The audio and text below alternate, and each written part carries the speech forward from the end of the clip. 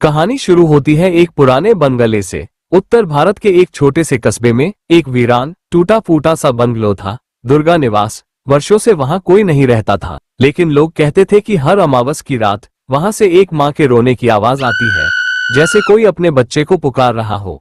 नीलिमा एक पत्रकार थी जो अंधविश्वास और असली डर के पीछे की सच्चाई खोजने के लिए जानी जाती। उसने दुर्गा निवास की कहानी सुनी और ठान लिया कि वह वहां जाएगी। नीलिमा अपनी टीम के साथ बंगलो में गई। पहली रात सब सामान्य रहा, लेकिन आधी रात को अचानक एक कमरा खुला, वो कमरा जहां माँ और बच्चे की हत्या हुई थी। दीवारों पर खून के हाथ के निशान थे।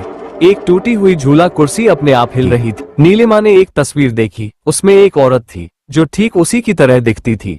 अगली रात एक एक कर नीलिमा की टीम के सदस्य गायब होने लगे। कैमरों में किसी औरत की साड़ी उड़ती दिखती, उस साड़ी में खून के छींटे थे। नीलिमा को बार बार सपने आने लगे, एक बच्चा रोता हुआ और एक औरत आग में जलती हुई। तभी उसे एक पुराना अखबार मिला जिसमें लिखा था, माँ ने अपने बेटे को मारने वाले लोगों को जिंदा जला दिया और खुद भी उसी आग में जल गई।